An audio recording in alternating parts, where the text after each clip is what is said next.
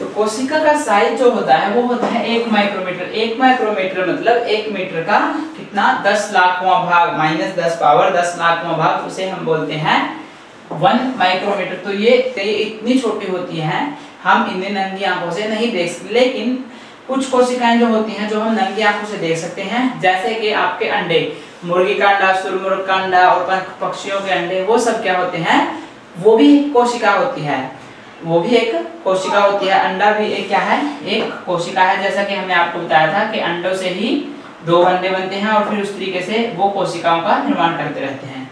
तो ये अंडा जो है, इसको ये ऐसी कोशिका है जो कि हम नंगी आंखों से देख सकते हैं। सबसे छोटी जो कोशिका होती है उसका आकार 0.1 से लेकर के आपका 0.1 से 0.5 माइक्रोमीटर तक हो सकता है, और सबसे बड़ी जो कोशिका है जो पाई जाती है हमारे संसार में, वो होता है शुतुरमुर्ग का अंडा। उसका आकार होता है आपका 170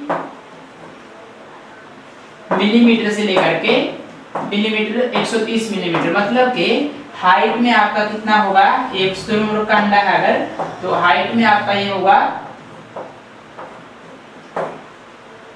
170 मिलीमीटर, मतलब एक साइड से 170 होगा ये, और एक साइड से कितना होगा ये 130 मिलीमीटर होगा। तो ये होता है सबसे बड़ी कोशिका जो होती है वो शुतुरमुर्ग का अंडा होती है, और उसकी जो है उसका जो साइज है वो 170 into 130 मिलीमीटर होता है।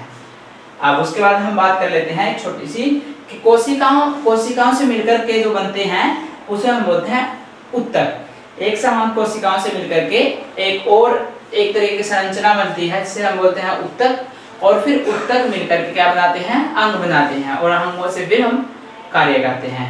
तो अब आप इस बात को समझते हुए कि क्या होता है, कोशिकाएं मिलकर के उत्तक बनाती हैं और उत्तक मिलकर के अंग बनाते हैं। तो सबसे बड़े अंग हो गए, उसके बाद उत्तक, और उसके बाद सबसे छोटी कोशिकाएं। अब उसके बाद बात करते हैं हम कोशिकाओं की आकृति के। कोशिकाओं की जो आकृति जो हम देखते हैं, जैसे हमने आपको अमीबा दिखाया था, पैरामीशियम, उसी तरीके की होती हैं या वो अपनी आकृतियां बदलती रहती हैं, ये सारी चीजों के बारे में बात करते हैं। देखिए, जब जैसे अमीबा है, एक कोशिकीय जीव है, वो जब खाना करता है, अपने और उत्सर्जन कार्य करता है, गति करता है, तो ये क्या करता है, जो ये इसकी आकृतियां हैं, ये वाली जो उसके साथ बाहर की जो झिल्ली है, उसको क्या करता है, वो बदलता रहता है।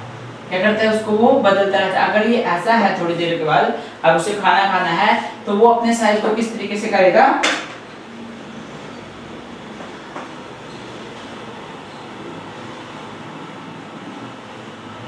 देखिए ये ऐसा भी हो सकता है, अपने शरीर को इस तरीके से बदल सकता है, और थोड़ी देर के बाद अगर उसे और ज्यादा कोई और काम करना है तो वो अपने शरीर को क्या पता इस तरीके से ढाल ले।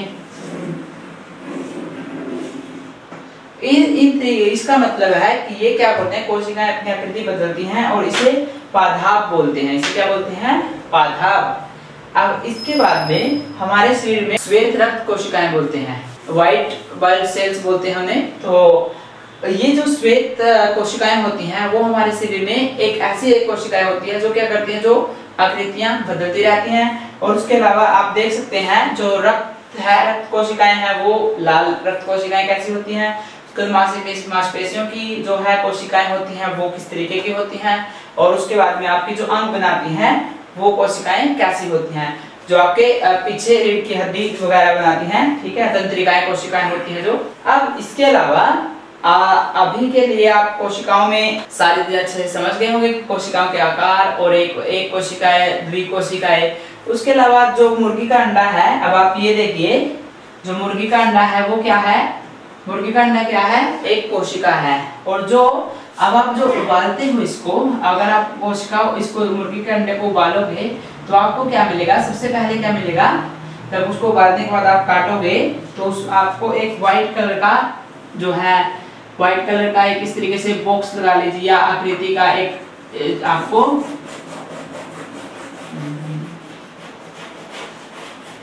देखिए, जब हम अंडे को उबालते हैं तो अंडे को उबालने के बाद काटेंगे तो हमें इस तरीके से एक जो व्हाइट भाग मिलेगा, सफेद भाग मिलेगा, और ये जो होगा एक पीला भाग मिलेगा।